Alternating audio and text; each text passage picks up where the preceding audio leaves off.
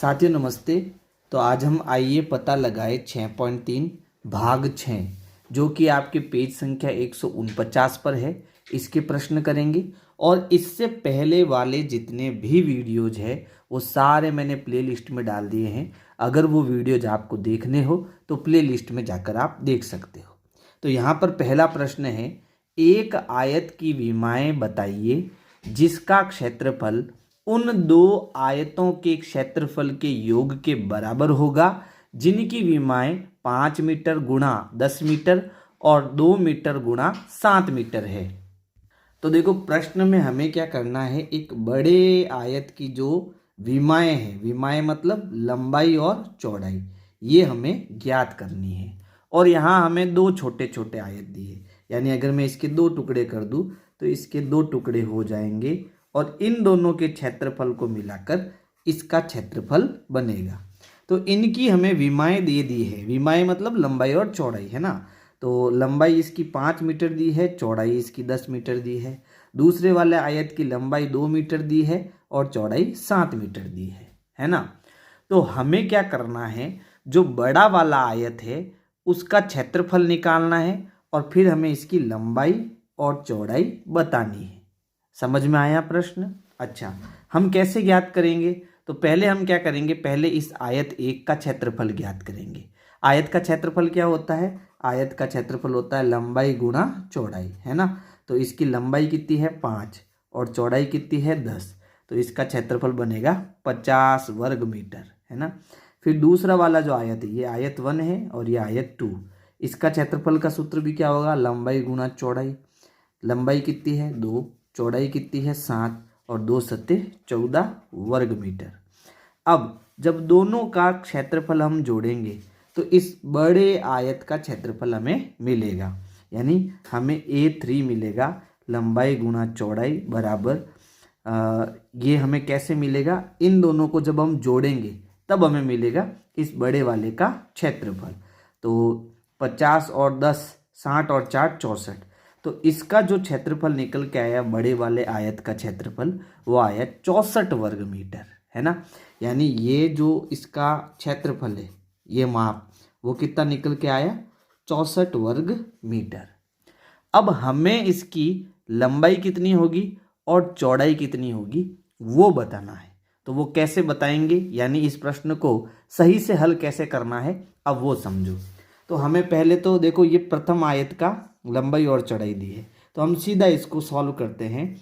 प्रथम आयत का क्षेत्रफल, सूत्र क्या होता है, लंबाई गुणा चौड़ाई। और यहाँ देखो लंबाई और चौड़ाई का गुणा पहले से दे रखा है, तो आप 5 गुणा 10 डायरेक्ट कर लो और हमें कितना मिल जाएगा 50 वर्ग मीटर। 50 वर्ग मीटर, चाहे ऐसे लिखो या फिर ऐसे लिखो, है ना। ये गणित में लिखा है और ये मैंने हिंदी में लिखा है। तो मेरे पास आ गया पहले आयत का क्षेत्रफल। इसी प्रकार मैं दूसरे आयत का क्षेत्रफल भी निकालूंगा। तो दूसरे आयत का क्षेत्रफल, ठीक है, तो वो क्या है 2 गुणा 7, तो डायरेक्ट 2 गुणा 7 कर दो, 2 सत्ते 14 वर्ग मीटर, ठीक है। और हमें किसका निकालना है, हमें एक आयत का क्षेत्रफल ज्ञात करना है। और इसने क्या कहा कि इसका जो क्षेत्रफल होगा वो दो आयतों के क्षेत्रफल के योग के बराबर होगा। यानी अगर मुझे इस बड़े वाले आयत का क्षेत्रफल निकालना है तो इन दोनों को मुझे जोड़ना पड़ेगा। तो ये जो बड़ा वाला आयत है इसको हम क्या कहेंगे, इसे हम कहेंगे अभीष्ट आयत, है ना। इसे हम क्या कहेंगे, अभीष्ट आयत। तो अभीष्ट आयत का क्षेत्रफल, और ये हमें कैसे मिलेगा, जब हम इन दोनों छोटे छोटे आयतों के क्षेत्रफल को योग करेंगे यानी जोड़ करेंगे। तो पहले आयत का कितना आया 50, दूसरे आयत का 14 और दोनों को जोड़ने पर कितना मिला 64 वर्ग मीटर, है ना। मेरे पास यहाँ जगह नहीं है तो मैं हिंदी में नहीं लिख रहा हूँ, यहाँ मीटर की घात 2, इसको हम क्या बोलेंगे वर्ग मीटर। इसको हम वर्ग बोलते हैं और ये मीटर, वर्ग मीटर, है ना, 64 वर्ग मीटर। तो हमारे पास क्षेत्रफल तो आ गया, लेकिन हमें क्या ज्ञात करनी है, हमें विमाएं ज्ञात करनी है, यानी कि लंबाई और चौड़ाई ज्ञात करनी है। तो देखो हमें 64 कब मिलेगा, यानी हमें लंबाई और चौड़ाई का गुणा करने पर कितना मिलेगा, 64 मिलेगा। अब 64 हमें कब कब मिल सकता है, जब लंबाई हमारी 1 हो और चौड़ाई हमारी 64 हो। तो 64 को 1 से गुणा करने पर ही तो हमें 64 मिलेगा, है ना। और ऐसा हम कितने प्रकार से कर सकते हैं, यानी कि यहाँ लिख सकते हैं हम अभिष्ट विमाएं, यानी विमाएं क्या क्या हो सकती है। ठीक है, तो हम जानते हैं कि a बराबर लंबाई गुना चौड़ाई होता है और वो कितना है, 64 वर्ग मीटर है। तो हम दो संख्या ऐसी कौन सी ले जिसको गुणा करने पर हमें 64 मिले, है ना। तो हो सकता है 1 का हम 64 से गुणा करें, है ना, तो हमें कितना मिल सकता है, 64 मिल सकता है। यानी हमारी जो विमाएं हैं वो क्या क्या हो सकती है, विमाएं लंबाई तो 1 हो सकती है और चौड़ाई 64 हो सकती है, यही होगा ना। या फिर अगर मैं 2 का गुणा 32 से करूँ तो अभी मुझे कितना मिलता है, 64 मिलता है ना। तो विमाएं क्या हो जाएगी, यानी लंबाई क्या हो सकती है, लंबाई 2 हो सकती है और चौड़ाई 32 हो सकती है। चौड़ाई कितनी हो सकती है, 32 हो सकती है ना, तब भी हमें 64 मिलेगा। या फिर 4 का गुणा अगर मैं 16 से करूँ, 16 चौके 64 होता है ना, तब भी मुझे 64 मिलेगा। तब विमाएं हमारी क्या हो सकती है भाई, तब विमाएं हमारी एक तो 4 हो सकती है और एक 16 हो सकती है ना। लंबाई 4 और चौड़ाई 16, ठीक है। अच्छा और क्या हो सकता है, 8 का गुणा जब मैं 8 से करता हूँ तो अट्टू अट्टू 64, है ना।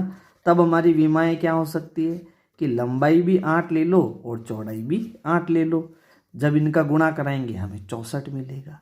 तो ये इनमें से कोई भी लंबाई और चौड़ाई हो सकती है। इनका उल्टा भी हो सकता है, ये भी हो सकता है कि चौड़ाई 64 हो और लंबाई 1 हो, या 64 लंबाई हो और 1 चौड़ाई हो, इनका उल्टा भी हो सकता है।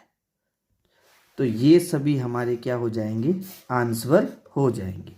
ये आपका रफ कार्य है और ये उत्तर है। प्रश्न 2 है, 1000 वर्ग मीटर क्षेत्रफल वाले आयताकार पार्क की लंबाई 50 मीटर है, पार्क की चौड़ाई ज्ञात कीजिए। यानी अब की बार देखो हमारा जो आयत है उसमें हमें ये जो क्षेत्रफल है वो दे रखा है, और क्षेत्रफल कितना दे रखा है, 1000 वर्ग मीटर। इसके साथ हमें लंबाई भी दे रखी है, यानी ये जो लंबाई है वो हमें दे रखी है 50 मीटर, लेकिन जो चौड़ाई है b, है ना, लंबाई को l से लिखते हैं, चौड़ाई को b से, तो जो b है वो हमें ज्ञात करनी है। तो अब ये कैसे करेंगे, कोई दिक्कत नहीं है, आपको क्षेत्रफल पहले लिख देना है। तो देखो हमें जो प्रश्न में दिया है वो लिख दो, क्षेत्रफल को हम a से लिखते हैं, तो a हमें 1000 दे दिया है। अच्छा और हमें क्या दी है, लंबाई दी है, लंबाई कितनी दी, 50 मीटर, है ना। तो अब हमें चौड़ाई जो है वो क्या करनी है, ज्ञात करनी है। कैसे करेंगे, तो जो हमें दिया हुआ है ना उसी से हम ये जो चौड़ाई है वो ज्ञात करेंगे। कैसे, तो पहले आप यही लिख दो कि आयत का क्षेत्रफल कितना है ना, यानी हमारे पास क्या है, पार्क है, तो यहाँ लिखेंगे आयताकार पार्क का क्षेत्रफल, और क्षेत्रफल हमें कितना दिया, 1000 वर्ग मीटर, 1000 वर्ग मीटर, ये हमें आयताकार पार्क का क्षेत्रफल दिया है ना। अच्छा अब हमें पता है जो क्षेत्रफल होता है ना, आयत का जो क्षेत्रफल होता है उसका सूत्र क्या होता है, लंबाई गुना चौड़ाई। तो अब बराबर के नीचे बराबर लिखना है, और जहाँ क्षेत्रफल है ना उसके नीचे हमें ये लंबाई गुना चौड़ाई का सूत्र लिखना है। यानी ये 1000 जो है वो कैसे मिलेगा, जब हम लंबाई और चौड़ाई का गुणा करेंगे तब हमें 1000 मिलेगा। अब क्या करें, अब लंबाई का मान तो हमें दिया हुआ है, लंबाई का मान कितना है, 50, तो यहाँ लंबाई की जगह आप 50 लिख दो, चौड़ाई की जगह चौड़ाई लिख दो और 1000 आगे लिख दो। क्या ये बात समझ में आई।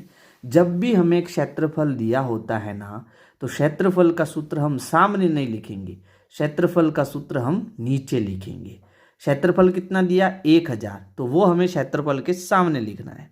फिर सूत्र हम नीचे लिखेंगे क्योंकि इसका सूत्र क्या है, लंबाई गुना चौड़ाई है, तो वो भी कितना होगा 1000 होगा।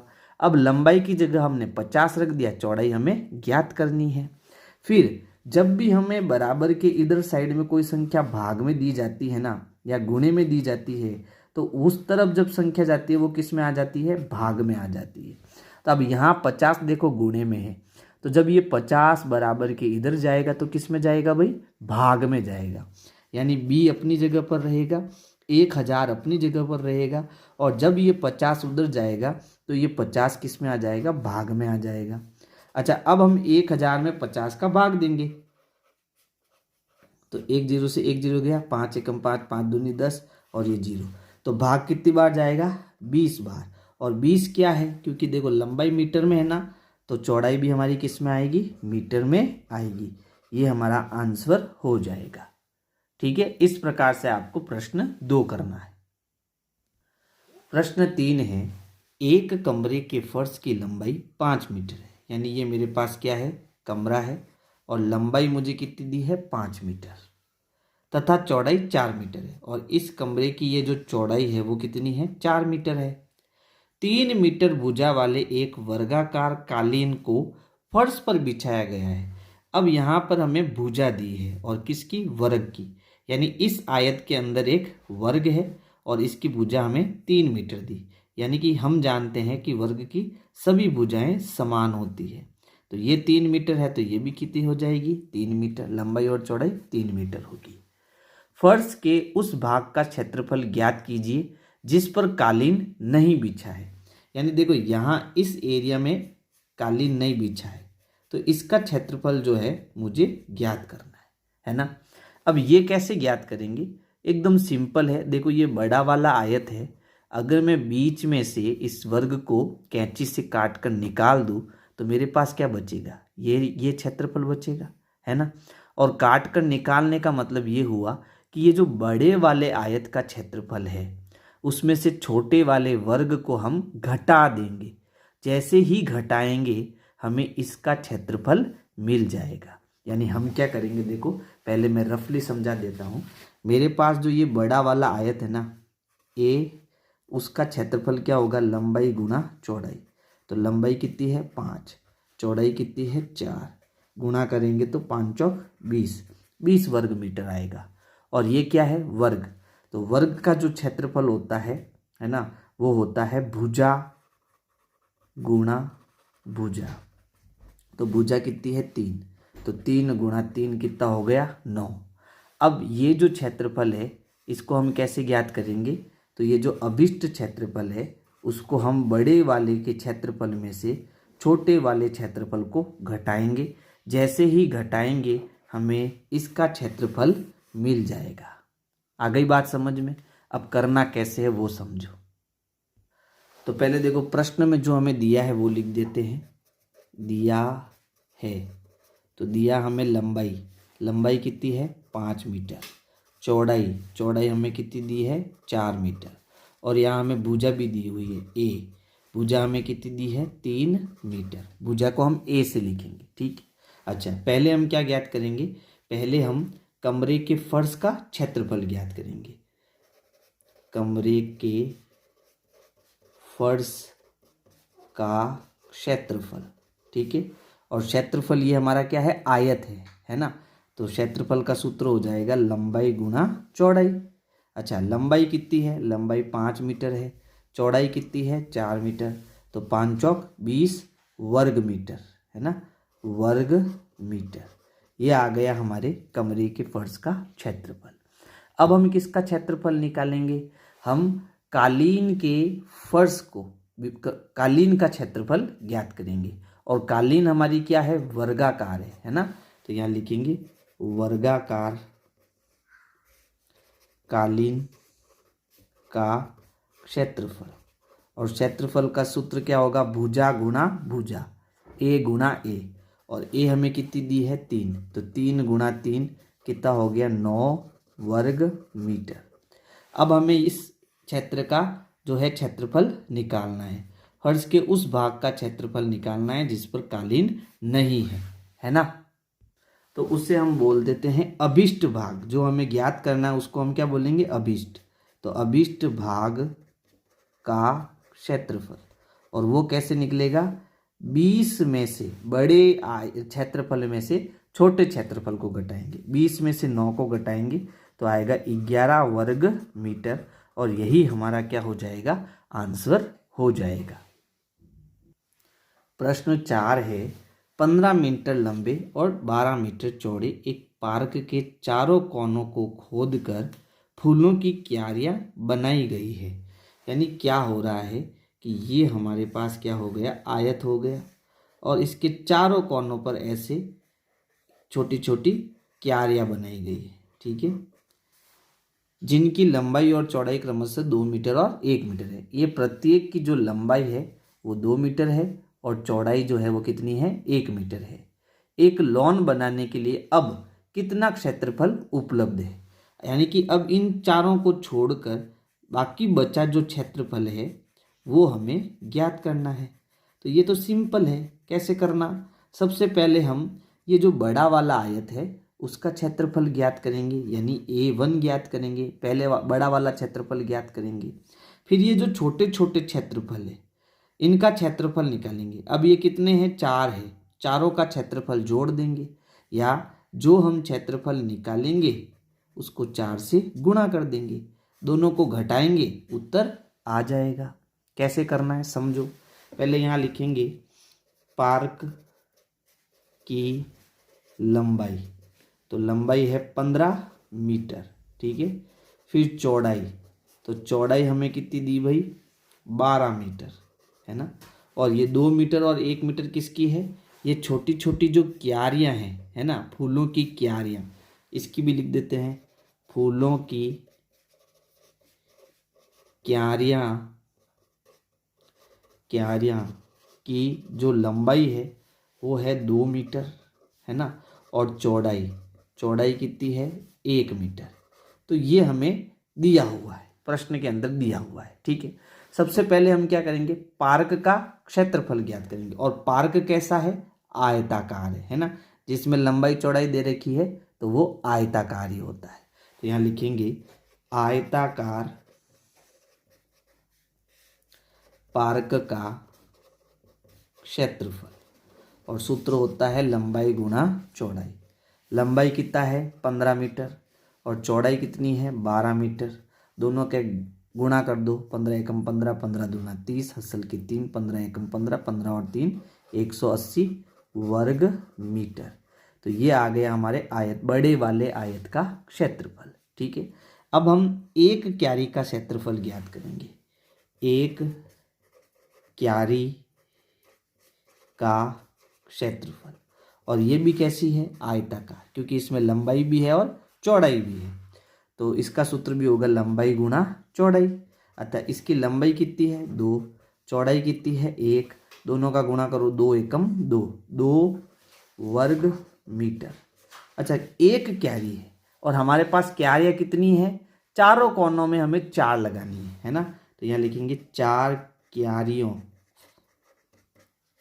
का क्षेत्रफल। तो 1 का 2 है तो 4 का कितना हो जाएगा, 8, है ना भाई। एक क्यारी का क्षेत्रफल 2 है तो 4 क्यारियों का क्षेत्रफल कितना हो जाएगा, 8। यानी हम 4 का 2 से गुणा करेंगे तो आएगा 8 वर्ग मीटर। ठीक है, अब हमें ये कितना क्षेत्रफल बचा है वो ज्ञात करना है। तो सीधा यहाँ लिख देंगे हम अभिष्ट भाग का, यानी कितना बच गया, अभिष्ट भाग का क्षेत्रफल। तो वो कैसे निकालना, हमने पहला क्षेत्रफल क्या निकाला, 180, दूसरा क्या निकाला, 8। तो 180 में से 8 निकाल दो, 172 वर्ग मीटर, है ना। ये हमारा क्या हो जाएगा, आंसर हो जाएगा। प्रश्न 5 है, आकृति ए और आकृति बी के परिमाप का क्षेत्रफल क्रमशः 18 वर्ग इकाई और 20 वर्ग इकाई है। यानी हमें इनके क्षेत्रफल दिए हुए हैं, क्या दिए हुए हैं, क्षेत्रफल। आकृति ए का परिमाप आकृति बी से बड़ा है। ये पहले ही कह रहा है कि इसका ए का परिमाप जो है वो बी से बड़ा होगा। दी गई स्थिति को पूरा करती हुई दो आकृतियां बनाइए। यानी हमें दो आकृतियां खींचनी है जिसमें ए का परिमाप बी से बड़ा हो, है ना। तो पहले तो देखो हमें प्रश्न में दिया क्या है, हमें आकृति ए का क्षेत्रफल दिया है, पहले वो लिख दो। आकृति ए का क्षेत्रफल ये हमें दिया हुआ है। अच्छा, कितना दिया हुआ है ए का क्षेत्रफल? देखो ए का तो दिया है 18, बी का दिया है 20। तो पहले यही लिख दो 18 वर्ग मीटर, है ना। अच्छा, और बी का यहाँ लाइन खींच देते हैं। आकृति बी का क्षेत्रफल, और ये हमें कितना दिया है? 20 वर्ग इकाई। ठीक है, वर्ग इकाई है, यहाँ मीटर नहीं है, इकाई कर देना आप। वर्ग इकाई, वर्ग इकाई ये हमें दिया है। ठीक है, अब यहाँ ये परिमाप की बात कर रहा है, और परिमाप कैसे निकलेगा भाई? 2 कोष्टक लंबाई प्लस चौड़ाई, ये होता है आयत का परिमाप। हम आयत मान लेते हैं इनको, है ना। ये परिमाप होता है आयत के सूत्र का। तो हमें लंबाई और चौड़ाई दोनों चाहिए। तो यहाँ आकृति ए का जो क्षेत्रफल है उसका सूत्र क्या है? लंबाई गुणा चौड़ाई बराबर हमें क्या दिया है? 18। अब 18 हमें कब मिलेगा? ठीक है, तो 18 को हम 1 से गुणा करेंगे तो 18 मिलेगा, 9 को 2 से गुणा करेंगे तो भी हमें 18 मिलेगा। तो ये दो चीज़ें हो सकती है, यानी हमें लंबाई और चौड़ाई बतानी है। तो यहाँ हम लिख सकते हैं संभावित विमाएं। विमाएं मतलब लंबाई और चौड़ाई क्या क्या हो सकती है? एक तो अगर मैं 1 को 18 से गुणा करूँ तो मुझे 18 मिलेगा। एक अगर मैं 2 को 9 से गुणा करूँ तो मुझे 18 मिलेगा, या फिर 6 को 3 से गुणा करूँ तो मुझे 18 मिलेगा। यानी लंबाई 1 चौड़ाई 18, लंबाई 2 चौड़ाई 9, लंबाई 6 चौड़ाई 3। ये है मेरी संभावित विमाएं हो सकती है। फिर अगर आकृति बी की बात करूँ तो इसका सूत्र भी क्या होता है? लंबाई गुणा चौड़ाई होता है, और वो मुझे कितना मिल रहा है? 20। तो बताओ लंबाई और चौड़ाई क्या क्या हो सकती है? तो संभावित विमाएं तो क्या क्या हो सकती है? अगर मैं 1 को 20 से गुणा करूँ तो मुझे 20 मिलेगा, है ना। 2 को 10 से गुणा करूँ तो भी मुझे 20 मिलेगा, और 5 को मैं 4 से गुणा करूँ, 5 चौक 20 होता है, 5 को 4 से गुणा करूँ तो भी मुझे कितना मिलेगा? तो भी मुझे जो है 20 मिलेगा। तो ये इनकी विमाएं हो सकती है, लंबाई और चौड़ाई के मान हो सकते हैं। अब देखो, अब मुझे इनके परिमाप चाहिए, है ना। तो अगर मैं यहाँ पहली बात करूँ, लंबाई कितनी है? 1 और चौड़ाई कितनी है? 18। तो आयत का जो परिमाप होता है, आयत का परिमाप, उसका सूत्र होता है 2 कोष्टक लंबाई प्लस चौड़ाई। यानी 2 कोष्टक लंबाई कितनी है? 1, चौड़ाई कितनी है? 18। तो 2 यहाँ से कोष्टक हटेगा तो गुणे का निशान आएगा, 18 और 1 कितना हो जाएगा? 19, और 19 को 2 से गुणा करूँगा तो कितना आएगा? 38। अब ये तो मैंने सूत्र लगा के पूरा सॉल्व किया। अब आपको डायरेक्ट करना। डायरेक्ट कैसे करना? जैसे यहाँ 1 गुणा 18 लिखा हुआ है ना, तो आप 1 + 18 लिख के आगे 2 का गुणा कर दो, डायरेक्ट परिमाप आ जाएगा, है ना। तो यहाँ लिखेंगे संभावित परिमाप। अब मैं परिमाप ज्ञात कर रहा हूँ, ठीक है। तो देखो, यहाँ जो 1 गुणा 18 लिखा हुआ है, तो आप इसको 1 + 18 कर दो और आगे 2 का गुणा कर दो। अब 18 और 1 19, तो 2 का गुणा 19 से करोगे कितना आएगा? 38। और यहाँ पर इकाई आएगा, क्या आएगा? वर्ग इकाई नहीं आएगा, केवल इकाई आएगा। फिर इसमें क्या करना? 2 + 9 कर दो और 2 का गुणा कर दो। 2, फिर यहाँ 2 और 9 है ना, तो 2 + 9 कर दो। तो 9 और 2 कितना हो गया? 9 और 2 11 हो गया। तो 2 का 11 से गुणा कर दो, कितना हो गया? 22 इकाई आ गया, ठीक है।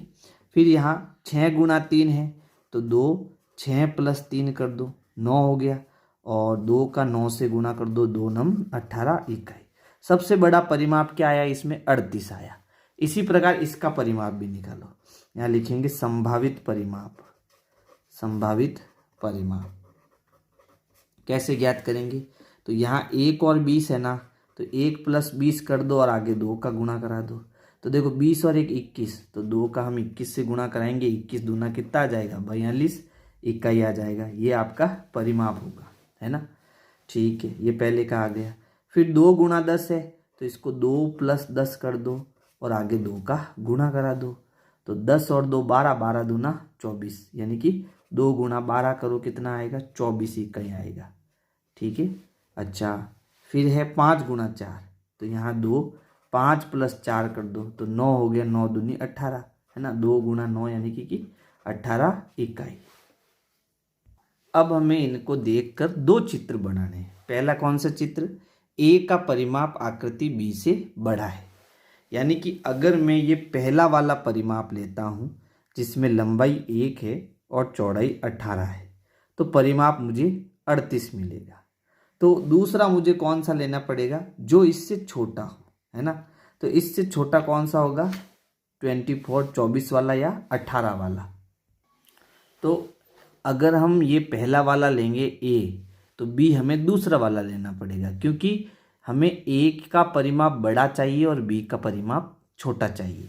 ठीक है, तो पहला उत्तर तो हम क्या बना सकते, देखो चित्र ए, ये मेरे पास में ए का चित्र हो जाएगा, ये ए है ना। लंबाई मैं कितनी ले रहा हूँ 18 और चौड़ाई कितनी ले रहा हूँ 1, या एक लंबाई ले लो और ये 18 ले लो, दोनों में से एक कुछ भी कर सकते हो। तो बी में ये वाली ले लेता हूँ, बी वाली आकृति ये ले लेता हूँ, लंबाई 10 और चौड़ाई 2, है ना। तो इसका छोटी छोटी आकृति बनेगी, इसकी लंबाई 10 होगी और चौड़ाई 2, ये हमारी बी आकृति हो जाएगी। तो एक तो ये हो गया आपका परिमाप, है ना। दूसरा यहाँ चित्र बना लेता हूँ, आपको एक साथ नीचे बनाने हैं, लेकिन मैं यहाँ बना लेता हूँ। तो अब मैं कौन सा ले रहा हूँ इसमें, अब मैं ले रहा हूँ ये वाला, है ना, ये, या फिर ये पहले वाला ले लेता हूँ। पहला वाला तो हमने ले लिया, तो अब हम 9 वाला ले लेते हैं, ये वाला दूसरा वाला लेते हैं 22 इकाई का, है ना। यानी लंबाई मेरी 9 ले लेते हैं और चौड़ाई 2 ले लेते हैं, लंबाई 9 और चौड़ाई 2, ठीक है, इकाई। तो इसके लिए हमें फिर कौन सा लेना पड़ेगा, ये नीचे वाला लेना पड़ेगा, क्योंकि ए बड़ा होना चाहिए और बी छोटा होना चाहिए। तो लंबाई 5 ले लेते हैं और चौड़ाई हम 4 ले लेते हैं, ठीक है, ये चौड़ाई 4 हो जाएगी, लंबाई 5 चौड़ाई 4, ये हमारा बी हो जाएगा।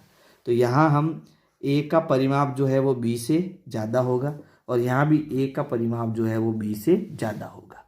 ठीक है, तो इस प्रकार से आपको प्रश्न 5 करना है। प्रश्न 6 है, अपनी पुस्तक के एक पृष्ठ पर एक आयताकार हाशिया बनाएं जो ऊपर और नीचे से 1 सेंटीमीटर की दूरी पर हो और बाएं और दाएं की ओर से 1.5 सेंटीमीटर की दूरी पर हो। हाशिए का परिमाप क्या होगा। यानी हमें यहाँ पर, ये हमारी क्या है, कॉपी है, ठीक है, ये हमारी एक पुस्तक का जो है पृष्ठ है। इस पृष्ठ पर हमने क्या करा है, इसकी जो लंबाई है वो हमने ली है 20 सेंटीमीटर और चौड़ाई कितनी ली है 15 सेंटीमीटर। अब इस पृष्ठ के बीच में हमें जो है एक हाशिया बनाना है, जैसे ये बीच में मैंने ये हाशिया बनाया है, ठीक है। अब इस हाशिए की क्या विशेषता है कि अगर इसको आप ऊपर से नीचे बनाना चाहते हो तो वो 1 सेंटीमीटर की दूरी पर बनाना है। यानी यहाँ से ये 1 सेंटीमीटर होगा, 1 सेंटीमीटर, और यहाँ से भी आपको 1 सेंटीमीटर छोड़ना है, फिर ये हाशिया बनाना है। बाएं और दाएं से कितना छोड़ना है, 1.5, यानी इधर से भी 1.5 छोड़ना है और इधर से भी 1.5 छोड़ना है। तो इस कंडीशन में हमारी जो ये हाशिया है अंदर वाला, उसका परिमाप हमें ज्ञात करना है। लेकिन हाशिए का परिमाप हम कब ज्ञात कर पाएंगे, जब हमारे पास इसकी लंबाई और चौड़ाई हो। लेकिन बाहर वाले का जो है लंबाई हमें दिया है और चौड़ाई हमें दिया है। तो सबसे पहले देखो हम लंबाई कैसे ज्ञात करेंगे, ये हमें ज्ञात करना है, ठीक है। तो हमारे पास पूरी कितनी है, 15 है, पूरी हमारे पास 15 है, ठीक है। इधर से 1.5 हटा दो, इधर से 1.5 हटा दो, तो बीच वाली आएगी कि नहीं आएगी, हमारे पास ये लंबाई आ जाएगी। तो कुल कितनी है, 15 है, ठीक है। और इसमें से हमें 1.5 और 1.5 को हटाना है। तो 1.5 और 1.5 कितना होता है, 3 होता है। तो 15 में से 3 को हम हटाएंगे तो कितना बचेगा, 12 बचेगा। तो ये वाली जो हमें लंबाई मिली है वो कितनी आ गई, 12 सेंटीमीटर आ गई। इसी प्रकार हमें चौड़ाई ज्ञात करनी है, तो ये वाला भाग और ये वाला भाग जो है 20 में से हटा दो, तो हमारे पास 20 है और ये कितना है 1 सेंटीमीटर है, तो 20 में से 1 गया, फिर ये 20 में से 1 और गया, तो कितना आ गया 18 सेंटीमीटर। 20 और में से 1 गया 19, 19 में से 1 गया 18, तो ये हमारे पास में आ गया 18 सेंटीमीटर। यानी लंबाई हो गई 12 और चौड़ाई हो गई 18। तो हम यहाँ उत्तर लिख सकते हैं, हाशिए की लंबाई, हाशिया की लंबाई, तो लंबाई हमें मिल गई 12 सेंटीमीटर, ठीक है। और चौड़ाई, चौड़ाई हमें कितनी मिल गई भाई, चौड़ाई हमें मिल गई 18 सेंटीमीटर। अब हमें ज्ञात करना है हाशिए का परिमाप, हाशिया का परिमाप। सूत्र क्या होता है, सूत्र होता है 2 कोष्टक लंबाई प्लस चौड़ाई, बराबर के नीचे बराबर, 2 की जगह पर 2 कोष्टक। लंबाई कितनी है 12 और चौड़ाई कितनी है 18। जब दोनों को जोड़ेंगे कोष्टक हटेगा और यहाँ किसका निशान आएगा, गुणे का। जोड़ो दोनों को, 8 और 2 10, हासिल का 1 और ये हो गया 3। 3 को 2 से गुणा करेंगे तो 6 हो जाएगा और ये 0।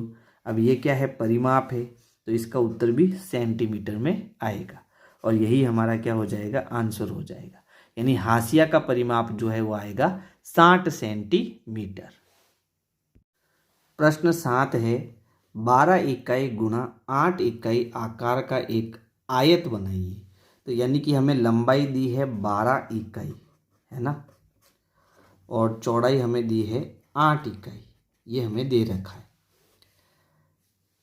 इसके अंदर एक अन्य आयत बनाएं जो बाह्य आयत को स्पर्श न करता हो और केवल आधा क्षेत्रफल घेरता हो। यानी ये जितना क्षेत्रफल है उसका आधा क्षेत्रफल ही वो आयत जो है घेरता है। तो ऐसा आयत बनाने के लिए सबसे पहले हमें क्या करना पड़ेगा, ये जो आयत दिया है इसका क्षेत्रफल हम ज्ञात करेंगे। तो यहाँ लिखेंगे आयत का क्षेत्रफल, आयत का क्षेत्रफल, ठीक है। क्या होता है, लंबाई गुणा चौड़ाई, और लंबाई हमें कितनी दी है 12 और चौड़ाई हमें कितनी दी है 8। और अगर हम इसका गुना करते हैं तो 12 आटे 96, 96 वर्ग इकाई, वर्ग इकाई, ये इसका क्या आ गया, क्षेत्रफल आ गया, ठीक है। अब हमें कह रहा है कि इसके अंदर हमें आयत बनाना है जो इसका क्या होना चाहिए, इसके क्षेत्रफल का आधा होना चाहिए, है ना। अब अंदर बना आयत का क्षेत्रफल, और वो कैसे आएगा, जो आधा करना है वो किसका करना है, बड़े आयत का करना है, यानी आधा गुणा बड़ा आयत, बड़ा आयत का क्षेत्रफल, ये हमें करना है, ठीक है। तो 1/2 गुणा बड़े आयत का क्षेत्रफल कितना 96, तो यहाँ आ गया 96। अब यहाँ हम आधा करेंगे यानी कि 96 में 2 का भाग देंगे तो आएगा 48 वर्ग इकाई, ठीक है। यानी कि इसका क्षेत्रफल क्या आया, 48 आया।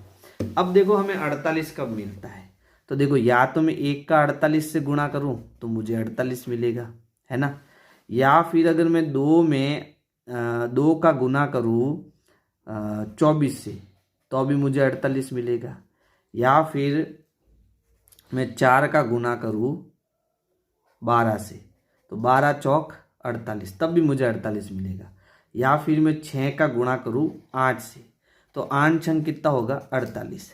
अब इन सब में सबसे बीचों बीच में कौन आ रहा है, 6 और 8 आ रहा है, यही परफेक्ट आएगा। तो हम एक काम करते हैं, लंबाई 8 ले लेते हैं, चौड़ाई 6 ले लेते हैं, क्योंकि यहाँ लंबाई ज़्यादा है और चौड़ाई कम है, तो लंबाई 8 ले ले और चौड़ाई 6 ले ले, तो इसके बीचों बीच में आधा क्षेत्रफल हमें मिल जाएगा, क्योंकि हमें ये आयत भी कहाँ बनाना है, बीचों बीच में बनाना है, ठीक है। तो अगर यहाँ हम बीचों बीच में आयत बनाएंगे इस प्रकार से, तो ये बीच में भी आ जाएगा और आधा भाग भी इसका हो जाएगा। यानी लंबाई हमें 8 लेनी पड़ेगी और चौड़ाई हमें 6 लेनी पड़ेगी। तो यहाँ हम सीधा लिख सकते हैं, पहले वाले आयत के अंदर आ सकने वाला आयत, आ सकने वाले आयत की विमाएं। ठीक है, तो इसकी विमाएं क्या क्या हो सकती है? लंबाई तो हम 8 लेंगे, लंबाई बराबर 8 इकाई, और चौड़ाई हम ले लेंगे 6 इकाई, है ना। तभी तो 8 का 6 से गुणा करेंगे तो कितना आएगा? 48 वर्ग इकाई। तो ये इस प्रकार से हमें प्रश्न करना है। ठीक है, यानी इसी के सहायता से मैंने ये चित्र बनाया है। इस प्रकार से आप इसको आराम से समझकर कर सकते हो। ये रफ कार्य है ना।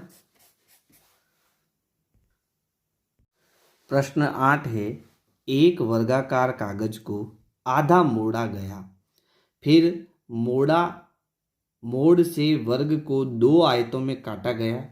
वर्ग के आकार को न देखते हुए निम्न में से एक कथन हमेशा सत्य होगा। यहाँ कौन सा कथन सत्य है, यानी इसमें से कौन सा कथन है जो सत्य है, वो हमें बताना है। प्रश्न ये कह रहा है कि हमारे पास में एक वर्ग है, मान लीजिए इसकी लंबाई जो है 4 सेंटीमीटर है, और हम जानते हैं वर्ग अगर ये 4 सेंटीमीटर है तो प्रत्येक भुजा क्या होगी? 4-4 सेंटीमीटर की होगी। ठीक है, ये सारी भुजा 4 सेंटीमीटर की। ठीक है, अब इसे हमें बीच में से काटना है, यानी यहाँ से अगर मैं बीच में से इसको ऐसे काटूँ, ठीक है, तो इसके कितने आयत बन जाएंगे? 2 आयत बन जाएंगे। अब आयत की अगर मैं ये चौड़ाई देखूँ तो 4 सेंटीमीटर ही रहेगी, इसकी चौड़ाई भी 4 सेंटीमीटर ही रहेगी, लेकिन जो लंबाई है वो आधी हो जाएगी, 4 का आधा 2 सेंटीमीटर, है ना। तो लंबाई 2 हो जाएगी और चौड़ाई हमारी 4 हमें आयत में मिलेगी। अब इसमें 4 प्रश्न दिए हैं, जिसमें से ये ए कह रहा है कि ये सत्य होगा या असत्य होगा, वो हमें बताना है। तो प्रत्येक आयत का क्षेत्रफल वर्ग के क्षेत्रफल से बड़ा होगा, तो ये कथन तो हमारा क्या है? असत्य है। पहले ही असत्य हो जाएगा। कैसे? कि ये कह रहा है कि अगर मैं इसमें से कोई भी एक आयत लूँ, है ना, तो इसका जो क्षेत्रफल होगा क्या वो इससे बड़ा होगा? तो वर्ग का अगर मैं क्षेत्रफल निकालूँ, है ना, अगर मैं वर्ग का क्षेत्रफल निकालूँ, तो वर्ग का क्षेत्रफल होता है भुजा गुणा भुजा, और भुजा में दी है 4, तो 4 गुणा 4 कितना हो गया? 16 वर्ग सेंटीमीटर हो गया, है ना। जबकि प्रत्येक यानी एक आयत का क्षेत्रफल, तो क्षेत्रफल क्या होता है? लंबाई गुणा चौड़ाई, यही होता है क्षेत्रफल। लंबाई कितनी है? 2, और चौड़ाई कितनी है? 4, तो 200 के 8 वर्ग सेंटीमीटर। तो बड़ा कौन हुआ भाई? वर्ग बड़ा हुआ। जबकि ये कह रहा है कि आयत बड़ा है, आयत का क्षेत्रफल बड़ा है।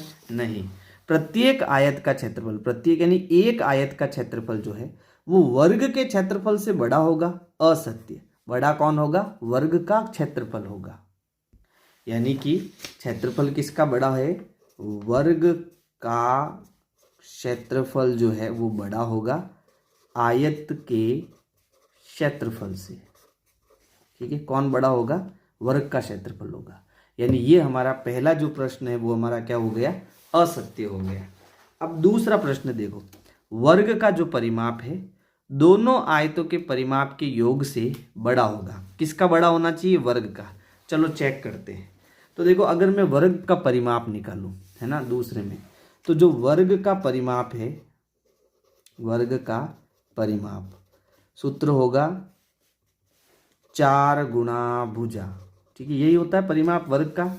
ठीक है, तो 4 गुणा भुजा कितनी है? 4 है, तो 4 चौक 16 सेंटीमीटर। ठीक है, अब 2 गुणा आयत का क्षेत्रफल, आयत का परिमाप, सॉरी। ठीक है, अब 2 का क्यों किया हमने गुणा? क्योंकि हमारे पास कितने आयत है? 2 आयत है, तो हम एक आयत का परिमाप निकाल को 2 से गुणा कर देंगे, है ना। तो 2 पहले ही मैंने लिख दिया है। अब सूत्र होता है 2 कोष्टक लंबाई प्लस चौड़ाई, ये सूत्र होता है। ठीक है, तो 2 का गुणा मैंने पहले ही कर दिया। 2 कोष्टक लंबाई कितनी है? इसकी लंबाई है 2 और चौड़ाई कितनी है? 4। ठीक है, सरल करो। 2 गुना 4 दूनी 4 और 2 6, 6 का 2 से गुना 12, तो कितना आ गया 12 दूना 24 सेंटीमीटर। तो बताओ बड़ा किसका है भाई परिमाप? तो बड़ा तो आयत का परिमाप है, जबकि ये कह रहा है कि वर्ग का परिमाप ज़्यादा होगा क्या? तो ये भी हमारा गलत है ना। वर्ग का परिमाप दोनों आयतों के परिमाप के योग से बड़ा होगा क्या? नहीं, असत्य। किसका बड़ा होगा? दोनों का योग बड़ा होगा। आप इसको ऐसे भी कर सकते थे कि भाई परिमाप का मतलब होता है चारों ओर का माप, है ना। तो इसका चारों ओर का माप देखो, 4 4 8 4 12 और 4 16, तो इसका तो आया 16। इसका निकालो तो देखो ये भुजा 4 है तो ये भी 4 होगी, ये 2 है तो ये 2। अब पूरा माप निकालो तो 2 2 और 4 6, 6 और 2 8, 8 और 4 12, तो इसका परिमाप कितना आया 12। इसका भी परिमाप 12 आएगा। 12 और 12 कितना हो गया 24। तो ज़्यादा किसका आया? दोनों आयत को मिलाकर जो है वो ज़्यादा आया। ठीक है, तो ये भी कथन हमारा असत्य होगा। फिर सी है, दोनों आयतों के परिमाप को साथ जोड़ने पर वह हमेशा वर्ग के परिमाप के 1.5 गुने के बराबर होगा। यानी अभी हमने दोनों का क्या निकाला है? परिमाप निकाला है ना, दोनों का परिमाप निकाला है। अब ये कह रहा है कि जो ये वर्ग का परिमाप है, ठीक है, वो वर्ग के परिमाप से 1.5 गुना ज़्यादा है या 1.5 गुने के बराबर है। तो इसका मतलब हुआ कि जो वर्ग का परिमाप है, ठीक है, वो बराबर होना चाहिए दोनों आयत का परिमाप, दोनों आयत का योग का परिमाप। ठीक है, अब ये दोनों बराबर कब होंगे? जब ये देखो ये कितना था 16 था और ये कितना था 24 था। अब दोनों बराबर कब होंगे? जब मैं इसको 1 से 1 बाटा 4 से गुणा कराऊंगा, है ना। तो अगर मैं इस 16 को 1 से 1 बटा 2, 1 से 1 बटा 2 से गुणा कराता हूँ तो कितना आना चाहिए? 24 आना चाहिए। अच्छा, करके देखते हैं। 2 का पहले इसको देखो, ये हमारी मिश्र भिन्न है, इसको सरल भिन्न में बदलेंगे। 2 एकम 2, 2 और 1 3, तो इसको जब हम सरल भिन्न में बदलेंगे तो ये हो जाएगी 3 बटा 2 गुना 16।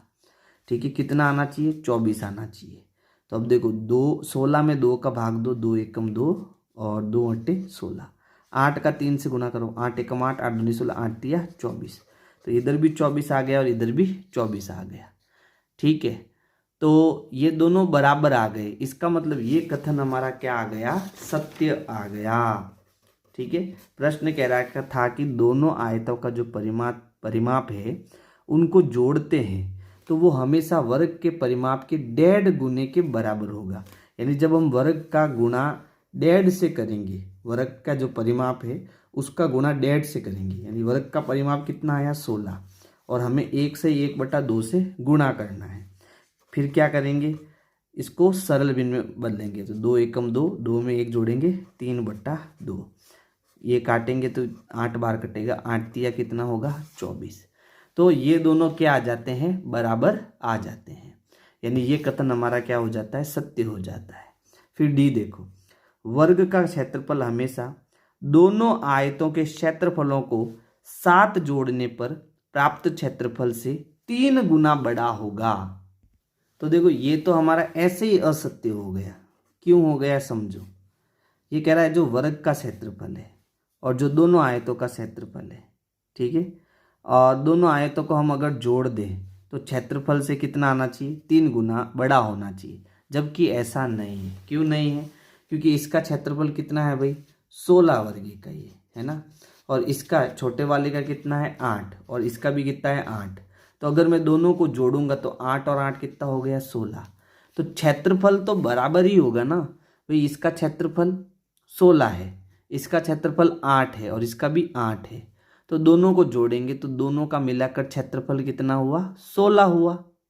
तो क्षेत्रफल तो क्या होगा? बराबर ही होगा। इसलिए ये कथन हमारा क्या हो जाएगा? असत्य हो जाएगा। 3 गुना कैसे हो जाएगा? नहीं होगा 3 गुना, तो है ना। तो इस प्रकार से आपको ये 8वां प्रश्न करना है। वीडियो अच्छी लगे तो लाइक करना, अपने दोस्तों को शेयर करना। Thank you.